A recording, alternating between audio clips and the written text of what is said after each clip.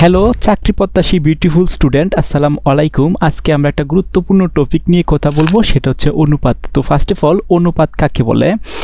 দুই বা ততোধিক একই ধরনের পরিমাপকে তুলনা করার পদ্ধতিকে অনুপাত বা এটাকে ইংরেজিতে বলা হয় রেশিও বলা হয়ে থাকে।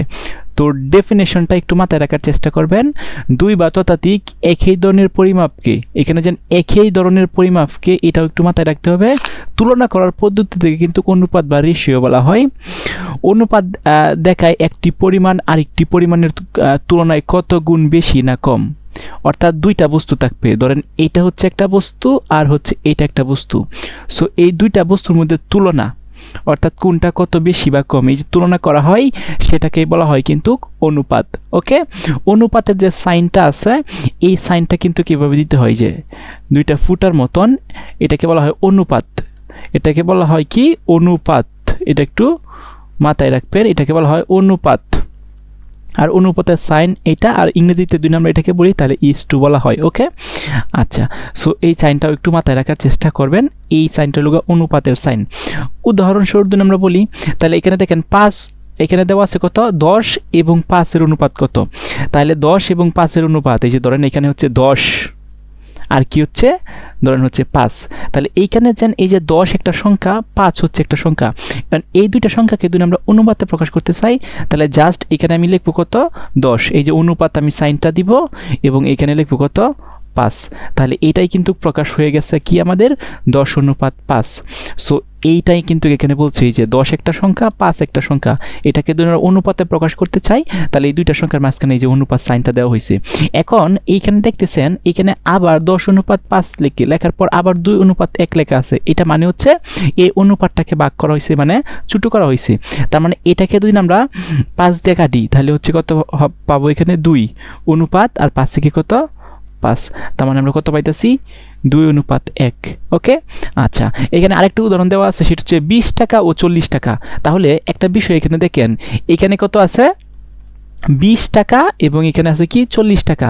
তাহলে আমরা যদি অনুপাতে লিখতে চাই সেটাকে, তাহলে কেমনে লিখতে পারি? আমরা এখানে লিখতে পারি কত? 20। এই যে দেখলাম অনুপাতের সাইন দিলাম, পরে কত আছে?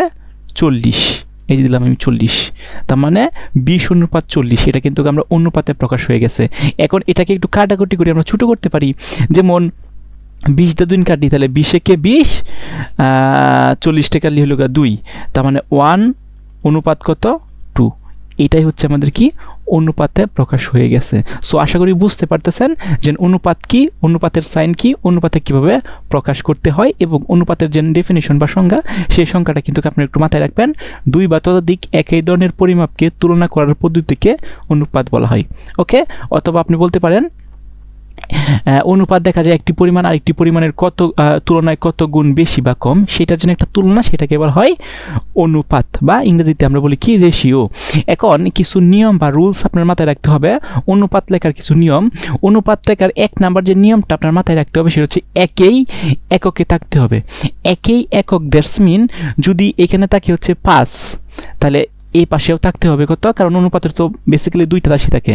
তাহলে এই পাশে যেটা থাকবো, এই পাশে একই এককে থাকতে হবে। যেমন এখানে লেখা আছে 5, এখানে ধরেন 7, তার একক কিন্তু একই। ধরেন এখানে দেওয়া আছে একটি আম। ওকে, ধরেন একটি আম। আর এখানে লেখা আছে ধরেন হচ্ছে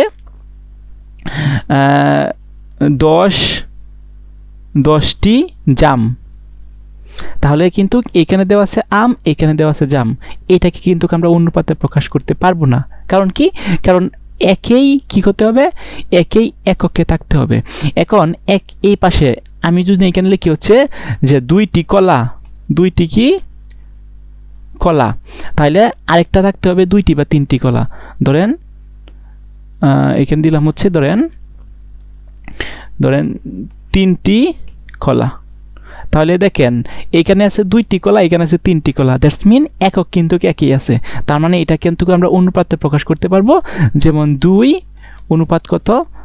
3, কিন্তু এখানে আছে 2টি কলা, এখানে আছে 3টি জাম, তার মানে একক কিন্তু 1 নাই। ওকে, আচ্ছা 2 নাম্বার যে বিষয়টা আপনার মাথায় রাখতে হবে সেটা হচ্ছে উভয় সংখ্যাকে একই সংখ্যা দিয়ে ভাগ করলে সরল অনুপাত হয়, অনুপাত সর্বদা ছোট আকারে রাখতে হয়।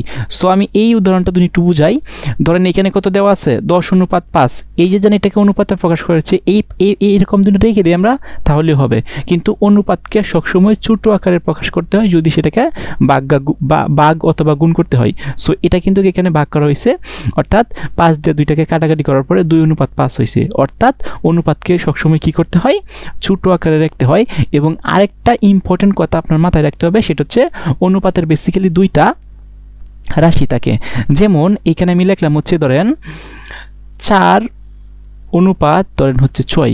এখন এই যে প্রথম এই যে জায়গাটা আছে এটাকে বলা হয় পূর্ব রাশি, এটাকে বলা হয় কি পূর্ব